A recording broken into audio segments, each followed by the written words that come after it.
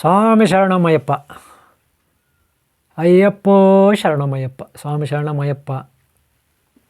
ಈ ಸೌಂಡು ನಿಮ್ಮ ಅಕ್ಕಪಕ್ಕ ಮನೆಗಳಲ್ಲಿ ಅಥವಾ ರಸ್ತೆಗಳಲ್ಲಿ ಹೋಗ್ತಿದ್ರೆ ಅಥವಾ ಸೋಷಿಯಲ್ ಮೀಡ್ಯಾದಲ್ಲಿ ಈ ಪುಷ್ಯಮಾಸ ಏನಿದೆ, ಈ ಧನುರ್ಮಾಸ ಅಂತೀವಲ್ಲ, ಈ ಮಾಸದಲ್ಲಿ ಅದರಲ್ಲೂ ಜಾನ್ವರಿ 1ನೇ ತಾರೀಕಿಂದ ಅಥವಾ ಡಿಸೆಂಬರ್ 20ನೇ ತಾರೀಕಿಂದ ಜಾನ್ವರಿ 15ನೇ ತಾರೀಕುವರೆಗೂ ಮಕರ ಸಂಕ್ರಾಂತಿವರೆಗೂ ಬಹಳ ಹೆಚ್ಚಾಗಿ ಎಲ್ಲ ಕಡೆ ಇರುತ್ತೆ. ಕರ್ನಾಟಕ, ಆಂಧ್ರ, ತಮಿಳುನಾಡು, ಕೇರಳ, ಮಹಾರಾಷ್ಟ್ರ, ಗುಜರಾತ್ ಇತ್ಯಾದಿ ಇತ್ಯಾದಿ, ಒರಿಸ್ಸಾ, ಅಸ್ಸಾಂ, ಬೆಂಗಾಲ್, ಇಡೀ ನಮ್ಮ ದೇಶ ಅಲ್ಲದೆ ಎಲ್ಲ ದೇಶಗಳಲ್ಲೂ ಅಯ್ಯಪ್ಪ ಸ್ವಾಮಿ ಭಕ್ತರಿರ್ತಾರೆ. ಆದರೆ ಅಯ್ಯಪ್ಪ ಸ್ವಾಮಿಯವರು ಕಪ್ಪು ಬಟ್ಟೆ ಯೂಸ್ ಮಾಡ್ತಾರೆ. ಕಪ್ಪು ಬಟ್ಟೆ ಟವಲ್ಲು, ಪಂಚ ಯೂಸ್ ಮಾಡ್ತಾರೆ. ಹೆಚ್ಚಾಗಿ ಮಾಲೆ ಹಾಕಿದವರು. ಆ ಮಾಲೆ ಹಾಕಿದ ಮೇಲೆ ಇಷ್ಟು ದಿನ ಅಂತ ಅವರು ನಿಷ್ಠೆಯಿಂದ ಇರಬೇಕು. ಕೆಲವು ನಿಯಮಗಳನ್ನು ಪಾಲನೆ ಮಾಡಬೇಕಾಗುತ್ತೆ. ಏನೇನು ನಿಯಮಗಳನ್ನು ಪಾಲನೆ ಮಾಡಬೇಕು ಅನ್ನೋದು ಕೆಲವ್ರಿಗೆಲ್ಲ ಗೊತ್ತಿಲ್ಲ. ಅದರಲ್ಲಿ ಇರೋರ್ಗೆ ಮಾತ್ರ ಗೊತ್ತಾಗುತ್ತೆ. ಯೂನಿಫಾರಮ್ ಯಾರು ಹಾಕಿರ್ತಾರೆ, ದೀಕ್ಷೆ ತೊಗೊಂಡಿರ್ತಾರೆ, ಅದನ್ನು ಪಾಲನೆ ಮಾಡಿರ್ತಾರೆ.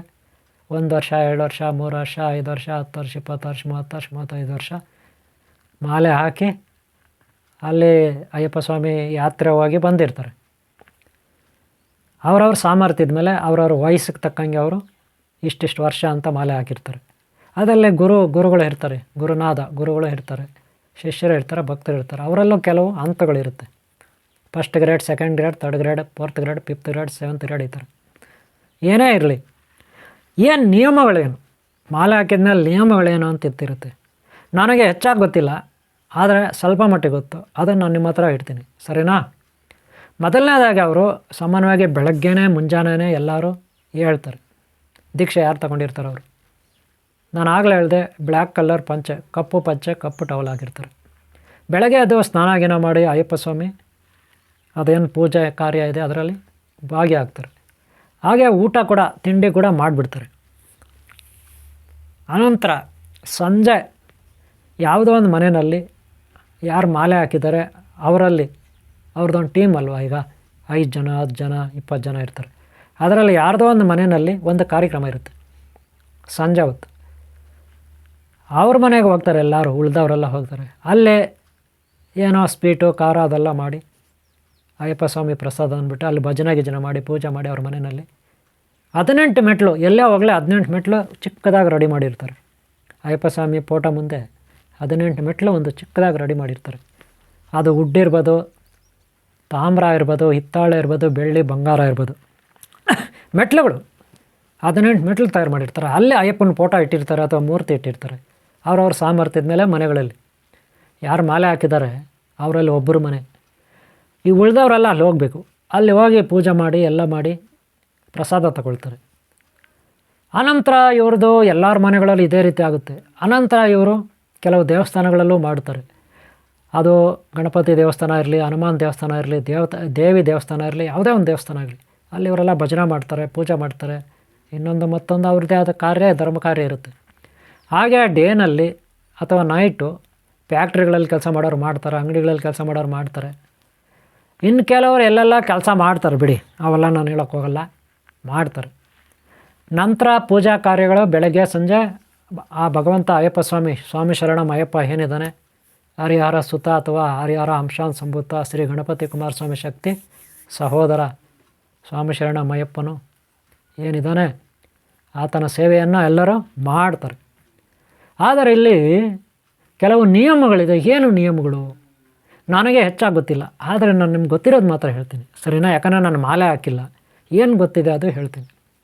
ನೋಡಿ ಇವರೇ, ಮೊದಲನೇದಾಗಿ 18 ಮೆಟ್ಟಲು ಅಂತೀವಿ, ಕೇಳಿದ್ರಲ್ಲ, 18 ಮೆಟ್ಟಲು ಅಂದರೆ ಆಮೇಲೆ ಜ್ಯೋತಿ, ಭಗವಂತನ ದರ್ಶನ.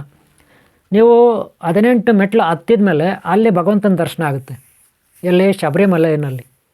ಶಬರಿಮಲೆಯಲ್ಲಿ ನೀವೆಲ್ಲ ನೋಡಿರ್ತೀರ, ಯೂಟ್ಯೂಬಲ್ಲಿ, ರೀಲ್ಗಳಲ್ಲಿ, ಇನ್ಸ್ಟಾಗ್ರಾಮ್, ಫೇಸ್ಬುಕ್ಕಲ್ಲಿ, ಎಲ್ಲ ಕಡೆ ಟಿ ವಿಗಳಲ್ಲಿ ಎಲ್ಲ ನೋಡಿರ್ತೀರ. 18 ಮೆಟ್ಲಿರುತ್ತೆ. ತುಂಬ ಜನ ಅಯ್ಯಪ್ಪ ಸ್ವಾಮಿ ಭಕ್ತರಿರ್ತಾರೆ. ಲಕ್ಷಾಂತರ ಮಂದಿ ಅಯ್ಯಪ್ಪ ಸ್ವಾಮಿ ಭಕ್ತರಿರ್ತಾರೆ. ನಿಜ ಹೇಳ್ಬೇಕಂದ್ರೆ ಕೇರಳ ಗೌರ್ಮೆಂಟ್ ಇದೆಯಲ್ಲ, ಆ ಕೇರಳ ಗೌರ್ಮೆಂಟ್ಗೆ ಹೆಚ್ಚಿನ ಆದಾಯ ಬರೋದು ಕೇರಳ ರಾಜ್ಯದಲ್ಲಿ ಈ ದೇವಸ್ಥಾನದಿಂದ. ಇಡೀ ಆ ದೇವಸ್ಥಾನ ಅದೃಷ್ಟ ನೋಡ್ರಿ ಕೇರಳದವ್ರಿಗೆ. ಇದು ಒಂದು ಆಯ್ತು ಅಯ್ಯಪ್ಪ ಸ್ವಾಮಿ ದೇವಸ್ಥಾನ. ಹಾಗೆ ತಿರುವನಂತಪುರ, ಅದು ಒಂದು ಅವರು ಲಕ್ಕು. ತಿರುವನಂತಪುರ 1,00,000 ಕೋಟಿ. ಅದೃಷ್ಟನೇ ಅದೃಷ್ಟ ಕೇರಳದವ್ರಿಗೆ. ದುರಾದೃಷ್ಟ ಅಂದರೆ ಅಲ್ಲಿ ಹಿಂದೂಗಳ ಸಂಖ್ಯೆನೇ ಕಡಿಮೆ. ಒಂದು ವೇಳೆ ಹಿಂದೂಗಳ ಸಂಖ್ಯೆ ಕಡಿಮೆ ಇದ್ದರೂ ಅವ್ರು ಸಪೋರ್ಟ್ ಮಾಡೋದೇ ಪರದೇಶದವ್ರಿಗೆ ಹೆಚ್ಚಾಗಿ. ದುರಾದೃಷ್ಟ ಅಂದರೆ ಹಿಂದೂ ಧರ್ಮಕ್ಕಾಗಿ ಹೋರಾಟ ಮಾಡ್ತಾರವರು ಬರೀ ಬೆರಳೆಣಿಕೆಯಷ್ಟು ಮಾತ್ರ. ಒಂದು ಕಾಲದಲ್ಲಿ ದೇವರ ನಾಡು ಕೇರಳ, ದೇವರ ನಾಡು ಕೇರಳ, ದೇವರ ನಾಡು ಕೇರಳ. ದುರಾದೃಷ್ಟ ಅಂದರೆ ಫಸ್ಟು ಬೇರೆ ದೇಶದವರು ಒಕ್ಕರ್ಸ್ಕೊಂಡಿದ್ದು ಅಲ್ಲೇ, ಅದೇ ದೇಶಕ್ಕೆ, ಅದೇ ರಾಜ್ಯಕ್ಕೆ ಒಕ್ಕರ್ಸ್ಕೊಂಡಿದ್ದು. ಅಲ್ಲಿಂದ ಶುರುವಾಯಿತು ಆಲ್ ಇಂಡಿಯಾನ ಕಬಳಿಸ್ಬಿಟ್ರು ಬೇರೆ ದೇಶದವ್ರು. ಇವತ್ತಲ್ಲಿ ಹೆಚ್ಚಾಗಿ ಇರೋದು ಪರದೇಶದವ್ರೆ, ಅನ್ಯ ಸಂಸ್ಕೃತಿನೇ. ದುರಾದೃಷ್ಟ ಅಂದರೆ ಹಿಂದೂ ಧರ್ಮನ ತುಳಿದು ಹಾಳು ಮಾಡಿಬಿಟ್ರು. ಇನ್ನೂ ತುಳಿತಾ ಇದ್ದಾರೆ. ಅವರು ತುಳಿಯೋದಕ್ಕಿಂತ ಹೆಚ್ಚಾಗಿ ಹಿಂದೂಗಳೇ ತುಳಿತಿದ್ದಾರೆ. ಹಿಂದೂ ಧರ್ಮದಲ್ಲಿ ಹುಟ್ಟಿ ಇಲ್ಲಿನ ಅನ್ನ ತಿಂದು ಇಲ್ಲಿ ಬೆಳೆದು ಹಿಂದೂ ಧರ್ಮಕ್ಕೆ ದ್ರೋಹ ಬಗೆಯುತ್ತಾರೆ ಪಾಪಿಗಳು, ಪರಮ ನೀಚರು, ನಿಕೃಷ್ಟರು, ಅಯೋಗ್ಯರು, ಅವ್ಯಾಗ್ಯಗಳು, ಅಂಧಕಾರರು, ಘೋರ ನರಕಗಳಲ್ಲಿ ಕೊಳಿತಾರೆ ಅವರು. ನನ್ನ ಮಹಾತ್ಮರ ಶಾಪ ಅವ್ರಿಗೆ ತಗಲುತ್ತೆ. ಯಾರು ಹಿಂದೂ ಧರ್ಮನ ಅವಹೇಳನ ಮಾಡ್ತಾರೆ, ಹಿಂದೂ ಗುರುಗಳಿಗೆ ಅವಮಾನ ಮಾಡ್ತಾರೆ, ಬ್ಯಾಡ್ ಕಾಮೆಂಟ್ಗಳು ಯೂಟ್ಯೂಬಲ್ಲಿ ಮಾಡ್ತಾರೆ, ಅಲ್ಲಿ ಮಾಡ್ತಾರೆ, ಅಂಥ ಪರಮ ನೀಚ ನಿಕೃಷ್ಟರು ಸರ್ವನಾಶ ಆಗ್ತಾರೆ, ಘೋರ ನರಕಗಳಲ್ಲಿ ಕೊಳಿತಾರೆ. ಅವರಿಗೆ ಪುನರ್ಜನ್ಮನೇ ಇರೋದಿಲ್ಲ, ಬರೀ ಘೋರ ನರಕಗಳಲ್ಲೇ ಕೊಳೆದಾಗುತ್ತೆ. ಇದರಲ್ಲಿ ಯಾವುದೇ ಸಂದೇಹ ಇಲ್ಲ, ಗೊತ್ತಾಯ್ತಲ್ಲ. ಆದರೆ ಇಂಥ ಒಂದು ಕೇರಳ ರಾಜ್ಯದಲ್ಲಿ ಅದ್ಭುತ ಅಂದರೆ ದೇವರ ನಾಡು ಅಂತಾರೆ, ಒಳ್ಳೆಯ ಸಂಸ್ಕೃತಿ ಇದೆ ರಾಜ್ಯ ಅಂತಾರೆ. ಇವತ್ತಿನ ಪರಿಸ್ಥಿತಿ ಹೆಂಗಿದೆ ಅಂದರೆ ತುಳಿದ್ರು ಹಿಂದೂ ಧರ್ಮ ಸಂಸ್ಕೃತಿನ ನಾಶ ಮಾಡೋಕ್ಕೆ ಅಂತೆ ಇನ್ನೂ ತುಳಿತಾನೆ ಇದ್ದಾರೆ ಬಿಡಿ. ಓಕೆನಾ. ಇಲ್ಲಿ ವಿಚಾರ ಏನಪ್ಪ ಅಂದರೆ ಸಂಸ್ಕೃತಿಯನ್ನು ಉಳಿಸ್ಬೇಕು. ಇಲ್ಲಿ ಅಯ್ಯಪ್ಪ ಸ್ವಾಮಿ ಮಾಲೆ ಹಾಕಿದರೆ ಏನು ಫಾಲೋ ಮಾಡಬೇಕು. 18 ಮೆಟ್ಲಿದೆ. ಒಂದೊಂದು ಮೆಟ್ಲಿಗೂ ಒಂದೊಂದು ಅರ್ಥ ಇದೆ, ಒಂದೊಂದು ಮೆಟ್ಲಿಗೂ ಒಂದೊಂದು ಅರ್ಥ ಇದೆ. ನಾನು ಹೇಳ್ಬಿಡ್ತೀನಿ ನೋಡ್ರಿ. ಕಾಮ ಅಂದರೆ ಬೇರೆ ಹೆಣ್ಮಕ್ಳ ಬಗ್ಗೆ ಕಣ್ಣಾಕೋದು. ಕಾಮ ಅಂದರೆ ಕಾಮನೆಗಳು. ಕಾಮ ಬೇರೆ, ಕಾಮನೆಗಳು ಬೇರೆ. ನೆನ್ಪಿಟ್ಕೊಳ್ಳಿ, ಕಾಮನೆಗಳಂದರೆ ಆಸೆಗಳು, ದುರಾಸೆಗಳು ಅಂತ. ಬೇರೆ ಹೆಣ್ಮಕ್ಳ ಮೇಲೆ ಕಣ್ಣಾಕೋದು, ಬೇರೆಯವ್ರ ಹೆಂಡತಿರ ಮೇಲೆ ಕಣ್ಣಾಕೋದು, ಅತ್ಯಾಚಾರ ಮಾಡೋದು, ಕುತಂತ್ರಗಳಿಂದ ಅವರ ಅಮಾಯಕತ್ವದ ಮೇಲೆ ಆಟ ಆಡಿ ಅವ್ರನ್ನ ವಶ ಮಾಡ್ಕೊಳ್ಳೋದು, ಇದು ಅಪರಾಧ. ಇದು ಮೊದಲನೇ ಮೆಟ್ಲು. ಇದು ಬಿಟ್ಬಿಡಬೇಕು, ಈ ಕೆಟ್ಟ ಗುಣ ಬಿಟ್ಬಿಡಬೇಕು. ಆ ಕೆಟ್ಟ ಗುಣ ಯಾರು ಬಿಡ್ತಾರೆ ಅವರು ಮೊದಲನೇ ಮೆಟ್ಲು ಹತ್ತಿದ್ದಾರೆ. ಮುಂದೆ ಜ್ಯೋತಿಯನ್ನು ನೋಡೋಕ್ಕೆ. ಜ್ಯೋತಿ ಅಂದರೆ ಪರಮಾತ್ಮ, ಪರಬ್ರಹ್ಮ, ಸೆಲ್ಫು, ಪ್ರಜ್ಞಾಮಹಾಶಕ್ತಿ, ಅದನ್ನು ನೋಡ್ತಾರೆ, ಪಡಿತಾರೆ ಅನ್ನೋದು ಇದರ ಅರ್ಥ. ಮೊದಲನೇ ಮೆಟ್ಲು ಯಾವುದು? ಕಾಮನೆಗಳಿರಬಾರ್ದು. ಎರಡನೇದು ಹಿಂಸೆ. ಕಾಮನೆಗಳಂದರೆ ದುರಾಸೆ, ದುರಾಚಾರ ಇತ್ಯಾದಿ. ಕಾಮನೆಗಳಂದರೆ ಕಾಮ ಎಲ್ಲ ಅದರಲ್ಲೂ ಸೇರುತ್ತೆ. ಎರಡನೇದು ಹಿಂಸೆ ಮಾಡಬಾರ್ದು. ಹಿಂಸೆ ಅಂದರೆ ಯಾವುದೇ ಪ್ರಾಣಿಗಳನ್ನು ಕೊಲ್ಲಬಾರ್ದು, ಮಾಂಸಾಹಾರ ಸೇವನೆ ಮಾಡಬಾರ್ದು. ಇದು ಎರಡನೇದು. ಮೂರನೇದು ಏನಾದ್ರು ಗೊತ್ತಾ? ಅಹಂಕಾರ, ಮದ ಅಂದ್ರೇನು? ದುರಾಂಕಾರ. ನನಗೆ ಅಷ್ಟೈಶ್ವರ್ಯ ಇದೆ, ಅಧಿಕಾರ ಇದೆ, ನಾನು ಚೆಂದಾಗಿ ನೋಡೋಕ್ಕೆ ಚೆನ್ನಾಗಿದ್ದೀನಿ, ಸುಂದರವಾಗಿದ್ದೀನಿ, ಎಲ್ಲರಿಗಿಂತ ಹೈಟ್ ಇದ್ದೀನಿ, ಎಲ್ಲರಿಗಿಂತ ಹ್ಯಾಂಡ್ಸಮ್, ಸುಂದರವಾಗಿದ್ದೀನಿ, ನಾನು ಒಳ್ಳೆ ಪರ್ಸ್ನಾಲಿಟಿ, ನನ್ನಷ್ಟು ಯಾರು ಇಲ್ಲ, ನನ್ನಷ್ಟು ಮಾತಾಡೋದು ಯಾರಿಗೂ ಬರೋಲ್ಲ, ನನ್ನಷ್ಟು ಉಪನ್ಯಾಸ ಕೊಡೋದು ಯಾರಿಗೂ ಬರೋಲ್ಲ, ನಾನು ತುಂಬ ಮಾತಿನಲ್ಲಿ ಚಾಣಕ್ಯ, ಹಿಂಗೆಲ್ಲ ಅಹಂಕಾರ ಪಡೋದು. ನಾನು ತುಂಬ ಓದಿದ್ದೀನಿ, ಹಾಗೆ ನನ್ನಷ್ಟು ಯಾರಿಗೂ ಏನೂ ಇಲ್ಲ ಅನ್ನೋ ಥರ. ನಾನು ನನ್ನದು ನನ್ನಿಂದಲೇ ಎಂಬ ಅಹಂಕಾರ ಇವರಲ್ಲಿ ಇರುತ್ತೆ. ಅದು ಇರಬಾರ್ದು. ಮೂರನೇದು ಗೊತ್ತಾಯ್ತಲ್ಲ. ನಾನು ಆಗಲ್ದೆ ಕಾಮನೆಗಳು, ಕಾಮನೆಗಳಿರಬಾರ್ದು, ಕ್ರೋಧ ಇರಬಾರ್ದು, ಅಹಂಕಾರ ಇರಬಾರ್ದು. ಅಸೂಯೆ ಅಂದರೆ ಏನಂದರೆ ಮಾಡೋ ಯೋಗ್ಯತೆ ಅವ್ರಿಗಿರಲ್ಲ, ಏನಾದರೂ ಸಾಧಿಸ್ಬೇಕನ್ನೋ ಯೋಗ್ಯತೆ ಅವ್ರಿಗಿರಲ್ಲ. ಕುತಂತ್ರಿಗಳು, ಪಾಪಿಗಳು, ಪರಮನಿಷ್ಠ, ನಿಕೃಷ್ಟರು. ಆದರೆ ಅಕ್ಕಪಕ್ಕ ಅಣ್ಣನೋ, ತಮ್ಮನೋ, ತಂಗಿನೋ, ಚಿಕ್ಕಪ್ಪನ ಮಗನೋ, ಚಿಕ್ಕಪ್ಪನ ಮಕ್ಕಳು, ಯಾರೋ ಅಥವಾ ಫ್ರೆಂಡುಗಳು ಯಾರೋ ಏನೋ ಸಾಧಿಸ್ತಾರೆ. ಯಾವುದೋ ಒಂದು ಪೊಲೀಸ್ ಡಿಪಾರ್ಟ್ಮೆಂಟ್ ಕೆಲಸಕ್ಕೆ ಸೇರ್ಕೊತಾರೆ, ಅವ್ರು ಕಷ್ಟಪಟ್ಟು ಓದಿ, ಇಲ್ಲ ಯಾವುದ್ರಲ್ಲೋ ಪಾಸ್ ಆಗ್ತಾರೆ, ಇಂಜಿನಿಯರಿಂಗ್ ಮಾಡ್ತಾರೆ, ಕಂಪ್ಲೀಟ್ ಮಾಡ್ತಾರೆ, ಅಥವಾ ಇನ್ಯಾವುದೋ ಆಫೀಸ್ನಲ್ಲಿ ಕೆಲಸಕ್ಕೆ ಸೇರ್ಕೊಳ್ತಾರೆ, ಇನ್ಯಾವುದೋ ಮನೆ ಕಟ್ತಾರೆ, ಇನ್ಯಾವುದೋ 2 ವೀಲರ್ ತಗೊಳ್ತಾರೆ, ಇನ್ಯಾವುದೋ 3 ವೀಲರ್ 4 ವೀಲರ್ ಬಸ್ ಲಾರಿ ಏನೋ ತಗೊಳ್ತಾರೆ. ಪಾಪ ಅವ್ರು ಹೊಟ್ಟೆ ಪಡಗೋ ಇಲ್ಲ ಏನೋ ಕಷ್ಟಪಟ್ಟು ಸಂಪಾದನೆ ಮಾಡಿದಾರೆ ಓಡಾಡಲಿಕ್ಕೋ, ಅವ್ರ ಅನುಕೂಲಕ್ಕೆ ತಕ್ಕಂಗೆ ಅವ್ರು ಏನೋ ಮಾಡ್ಕೊತಾರೆ. ಇವರೇನೋ 1 ರೂಪಾಯಿ ಕೊಡಲ್ಲ, ಈ ಪಾಪಿಗಳು ಪರಮನಿಷ್ಠರು ನಿಕೃಷ್ಟರು ಅವ್ರ ಮನೆಗೆ ಹೋಗೋದು, ಟೀ ಕಾಫಿ ಕುಡಿಯೋದು, ಅವ್ರ ಮನೆಗೆ ಹೋಗೋದು, ತಿಂಡಿ ತಿನ್ನೋದು, ಅವ್ರ ಮನೆಗೆ ಹೋಗೋದು, ಊಟ ಮಾಡೋದು, ಅವ್ರ ಮನೇಲಿ ಏನೇ ಫಂಕ್ಷನ್ ನಡೀಲಿ ಭಾಗಿಯಾಗೋದು. ಏನಕ್ಕೆ? ತಿನ್ನೋಕ್ಕೆ. ಇನ್ನೇನು ಒಂದು ಪೈಸಾ ಖರ್ಚು ಮಾಡಲ್ಲ ಇವರು. ಲಾಸ್ಟ್ಗೆ ಅವ್ರ ಹತ್ರ ಸಾಲನೂ ತಗೊಳ್ಳೋದು ಕಷ್ಟಕ್ಕೆ, ಮತ್ತು ಕೊಡಲ್ಲ. ಅಂಥ ನೀಚ ನಿಕೃಷ್ಟ ಇವರು ಅವ್ರು ಉದ್ಧಾರ ಆದರೆ ಇವ್ರಿಗೆ ಹೊಟ್ಟೆ ಉರಿ ನೋಡ್ರಿ. ಅವ್ರ ಮನೆಯಲ್ಲಿ ಏನೂ ಉದ್ಧಾರ ಆಗಬಾರ್ದು ಇವ್ರಿಗೆ. ಅವ್ರ ಮನೇಲಿರೋ ಹೆಣ್ಮಗಳಿಗೆ ಗಂಡ ಬಂದು ಯಾರೋ ಮದುವೆಗೆ ಸಂಬಂಧಗಳು ಬಂದರೆ ಅದನ್ನು ಇವರು ಫಿಟ್ಟಿಂಗ್ ಇಟ್ಟು ಕಾಳು ಮಾಡೋದು. ಅವ್ರ ಉದ್ಧಾರ ಆಗಬಾರ್ದು ಏನೇ ಮಾಡಿ. ಅವ್ರ ಉದ್ಧಾರ ಆಗ್ಬಿಟ್ರೆ ಇವ್ರಿಗೆ ನೋಡ್ಕೊಳಕ್ಕಾಗಲ್ಲ. ಹೊಟ್ಟೆ ಉರಿ ಇವ್ರಿಗೆ ಇರೋಕ್ಕಾಗಲ್ಲ. ಒಳ್ಳೆ ಅಗ್ನಿಪರ್ವತಗಳು ಎಲ್ಲೆಲ್ಲಿದ್ದಾವೆ ಭೂಮಿ ಮೇಲೆ ಅವೆಲ್ಲ ಇವ್ರು ಹೊಟ್ಟೆ ಒಳಗಿರ್ತವೆ, ಎಲ್ಲ ಒಟ್ಟಿಗೆ ಸೇರ್ಕೊಬಿಟ್ಟಿರ್ತವೆ. ಹಾಗೆ ಎಲ್ಲೆಲ್ಲಿ ದುಷ್ಟಶಕ್ತಿಗಳು, ನೀಚ ನಿಕೃಷ್ಟ ಪಾಪಿ ಶಕ್ತಿಗಳಿದ್ದಾವೆ, ದರಿದ್ರ ಶಕ್ತಿಗಳು, ಅವೆಲ್ಲ ಇವ್ರ ರಕ್ತದಲ್ಲಿ, ಮಾಂಸದಲ್ಲಿ, ಮೂಳೆನಲ್ಲಿ, ಕಣ್ಣು, ಕಿವಿ, ಇವರ ಶರೀರ ಕೂದಲುಗಳಲ್ಲಿ ಇರ್ತವೆ. ಏನೆಲ್ಲ ಚಾಲಾಕತನ ಬೇಕೋ ಆ ಚಾಲಾಕತನದಿಂದ ಮಾತಾಡಿಕೊಂಡು ಬೇರೆಯವ್ರ ಹತ್ರ ಬೇಳೆ ಬೇಯಿಸ್ಕೊತಿರ್ತಾರೆ. ಬೇಳೆ ಜೊತೆಗೆ ಒಳ್ಳೇದು ಬಯಸಲ್ಲ. ಉಪ್ಪು ತಿಂದ ಮನೆಗೆ 2 ಬಗೆತಾರೆ, ಅನ್ನ ತಿಂದ ಮನೆಗೆ 2 ಬಗೆತಾರೆ, ನೀರು ಕುಡಿದ ಮನೆಗೆ 2 ಬಗೆತಾರೆ. ಈಗ ನಮ್ಮ ದೇಶದ ಕಥೆನೂ ಅಷ್ಟೇ. ಯಾರ್ಯಾರೋ ಬಂದರೆ ಇಲ್ಲಿ ಹೊರಗಡೆಯಿಂದ ಲಾಸ್ಟ್ಗೆ ಈ ದೇಶಕ್ಕೆ ಮಾಡಬಾರ್ದು ಮಾಡ್ತಾಯಿದ್ದಾರೆ. ಇಲ್ಲಿ ಹುಟ್ಟಿ ಇಲ್ಲಿ ಬೆಳೆದವ್ರೆ ಅದು ಮಾಡ್ತಾಯಿದ್ದಾರೆ. ಇದು ವಿಶ್ವಾಸ ಅನ್ನೋದಿಲ್ಲ. ಹಾಗೆ ಈ ನೇಚರ್ ಇರ್ತಾರೆ, ಗೊತ್ತಾಯ್ತಲ್ಲ. ಇಂಥ ಪಾಪಿಗಳು ಎಲ್ಲ ಕಡೆ ಇರ್ತಾರೆ. ಇವರು ಇಂಥ ಅಸೂಯೆ ಅನ್ನೋದನ್ನು ನಾವು 4ನೇ ಗುಣ, ಇದು ದೇಶ ಅಸೂಯೆ ಅಂತಾರಲ್ಲ, ಇದನ್ನು ಬಿಡಬೇಕು. ಇಂಥ ಪಾಪಿತನವನ್ನು ಬಿಡಬೇಕು. ಅಯ್ಯಪ್ಪ ಸ್ವಾಮಿ ಮಾಲೆ ಹಾಕ್ತಾರಲ್ಲಪ್ಪ, ಆವಾಗ 4ನೇ ಮೆಟ್ಲು ಹತ್ತಂಗೆ. ನಾನು ಮೊದಲನೇ ಮೆಟ್ಲು ಹೇಳ್ದೆ ಅವಾಗ ಏನೋ ಕಾಮನೆಗಳಂದರೆ ಕಾಮನೂ ಸೇರಿಕೊಳ್ಳುತ್ತೆ, ದುರಾಸೆ. ಅವ್ರ ವಸ್ತುಗಳು ಇವ್ರ ವಸ್ತುಗಳು, ಅವ್ರ ಜಮೀನು ಇವ್ರ ಜಮೀನು, ಅವ್ರ ಇವ್ರ ಸೈಟು ದೋಚ್ಕೊಳ್ತಾರಲ್ಲ, ಅವ್ರ ಹೆಣ್ಮಕ್ಳು ಇವ್ರ ಹೆಣ್ಮಕ್ಳ ಮೇಲೆ ದೋಚ್ಕೊಳ್ತಾರಲ್ಲ, ಇದು ದೋಚೋದು. ಇನ್ನೊಬ್ಬರದ್ದು ಆಸ್ತಿ ಪಾಸ್ತಿ ಇನ್ನೊಂದು ಮತ್ತೊಂದು ದೋಚ್ತಾರಲ್ಲ, ಇದಿರಬಾರ್ದು. ಮೊದಲನೇದು ಕಾಮನೆಗಳು, ದುರಾಸೆ ದುರಾಚಾರ ಇರಬಾರ್ದು. 2ನೇದು ಕ್ರೋಧ, ಕೋಪ ಇರಬಾರ್ದು. ಕೋಪ, ಹಿಂಸೆ ಇರಬಾರ್ದು. ಹಿಂಸೆ ಅಂದರೆ ಪ್ರಾಣಿಗಳ ಹಿಂಸೆ, ಮಾಂಸಾಹಾರ ಅದೆಲ್ಲ ಇರಬಾರ್ದು. 3ನೇದು ದ್ವೇಷ ಇರಬಾರ್ದು, ದೇಶಾಸೂಯೆ ಇರಬಾರ್ದು, ಈ ಹೊಟ್ಟೆ ಕಿಚ್ಚಿರಬಾರ್ದು. 4ನೇದು ಕೋಪ ಅಂದರೆ ಕ್ರೋಧ, ಇಷ್ಟ ಬಂದಂಗೆ ಚಿಕ್ಕದಂಗೆಲ್ಲ ಕೋಪ ಮಾಡ್ಕೊಳ್ಳೋದು, ಚಿಕ್ಕದವ್ರ ಮೇಲೆ ರೇಗೋದು, ಹೆಜ್ಜೆಗೂ ಕೋಪ, ಎಲ್ಲಿ ಕಾಲಿಟ್ರೆ ಅಲ್ಲಿ ಜಗಳ. ಆಫೀಸಲ್ಲಿರಲಿ, ಮನೆಯಲ್ಲಿರಲಿ, ರೋಡಲ್ಲಿರಲಿ, ಬಸ್ ಸ್ಟಾಪಲ್ಲಿರಲಿ, ರೈಲ್ವೆ ಸ್ಟೇಷನಲ್ಲಿರಲಿ, ಎಲ್ಲೇ ಇರಲಿ ಕೋಪ, ಎಲ್ಲರ ಮೇಲೆ ಕೋಪ, ಎಲ್ಲರ ಮೇಲೂ ರೇಗೋದು, ಸುಮ್ಮನೆ ತೆಗೆಯೋದು. ಸಣ್ಣ ವಿಷಯಗಳಿಗೂ ಇವರಿಗೆ ಪೇಷನ್ಸ್ ಅನ್ನೋದೇ ಇರಲ್ಲ. ಯೂಟ್ಯೂಬಲ್ಲಿ ಕೂತ್ಕೊಳ್ಳಿ, ಆ ಯೂಟ್ಯೂಬಲ್ಲಿ ಏನು ವೀಡಿಯೋನೇ ನೋಡಲ್ಲ, ಸುಮ್ಮನೆ ಆ ಗುರುಗಳ ಮುಖ ನೋಡಿದ ತಕ್ಷಣ ಬ್ಯಾಡ್ ಕಮೆಂಟ್ ಬಂದುಬಿಡೋದು. ವೀಡಿಯೋ ನೋಡಲ್ಲ, ಬರೀ ಆ ಟ್ರೈಲರಲ್ಲಿ ನಮ್ಮಂಥ ಗುರುಗಳಿರ್ತಾರೆ, ಅವ್ರ ಮುಖ ನೋಡಿದ ತಕ್ಷಣ ಒಂದು ಕಾಮೆಂಟ್ ಬರೆದ್ಬಿಡೋದು. ಹಂಗೆ ಆಮೇಲೆ ಇಲ್ಲಿಂದ ಇನ್ನೊಂದು ಚಾನಲ್ಗೆ, ಅಲ್ಲಿಂದ ಇನ್ನೊಂದು ಚಾನಲ್ಗೆ, ಎಲ್ಲ ಕಡೆ ಒಂದೊಂದು ಕಾಮೆಂಟ್ಗಳು, ಬ್ಯಾಡ್ ಕಾಮೆಂಟ್ಗಳು ಮಾಡ್ಕೊಂಡು ಹೋಗೋದು. ಅಂಥ ಈ ನೀಚ ನಿಕೃಷ್ಟ ಇರ್ತಾರೆ. ಇಂಥ ಕೆಟ್ಟ ಬುದ್ಧಿ ಇರಬಾರ್ದು. ಮೆಂಟಲ್ ಬುದ್ಧಿ, ಅಸೂಯೆ ಬುದ್ಧಿ, ದೇಶ ಬುದ್ಧಿ ಇದಿರಬಾರ್ದು. ಈ 5 ಕೆಟ್ಟ ಗುಣಗಳು ಹೋಯ್ತು. ಇನ್ನು ನೆಕ್ಸ್ಟ್ ಮೋಹ, 6ನೇದು ಮೋಹ ಅಂದ್ರೇನು?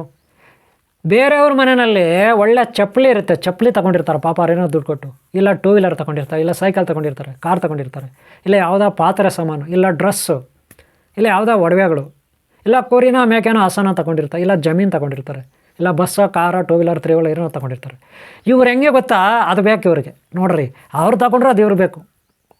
ಅವ್ರು ಕೇಳೇ ಬಿಡ್ತಾರೆ ರೀ ಬಾಯ್ ಬಿಟ್ಟು, ನನಗೆ ಕೊಡ್ರಿ ಅಂತ. ಪಾಪ ಅವ್ರು ಇನ್ನೂ ತಂದು 2 ತಿಂಗಳು 3 ತಿಂಗಳು 1 ತಿಂಗಳು ಆಗಿಲ್ಲ.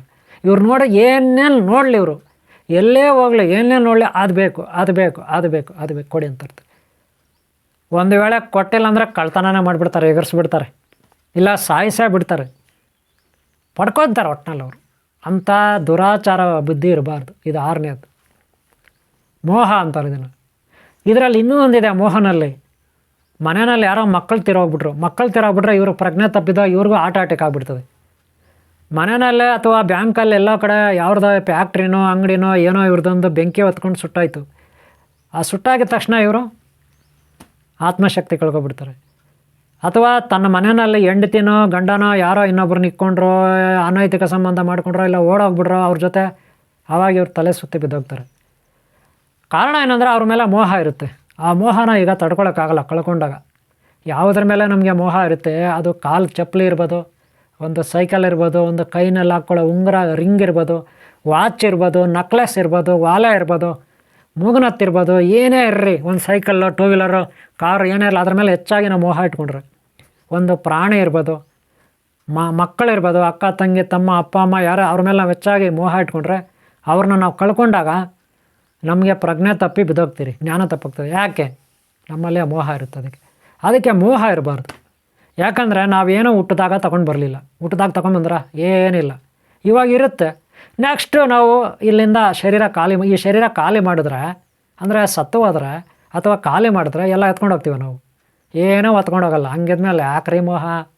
ಹುಟ್ಟೋದಕ್ಕೆ ಮುಂಚೆನೂ ಏನೂ ಇರಲಿಲ್ಲ, ಈ ಶರೀರ ಬಿಟ್ಟ ಮೇಲೂ ಏನಿರಲ್ಲ ಅಂದಮೇಲೆ ಯಾಕೆ ಮಧ್ಯದಲ್ಲಿ ಬುಡಬಡಿಕೆ ಅಲ್ಲಾಡ್ಸೋದು ನಾವು? ಯಾಕೆ ಹಿಂಸೆ? ಆರೋಗ್ಯ ಕೆಡಿಸ್ಕೊತೀವಿ, ನಿದ್ರೆ ಕೆಡ್ತದೆ.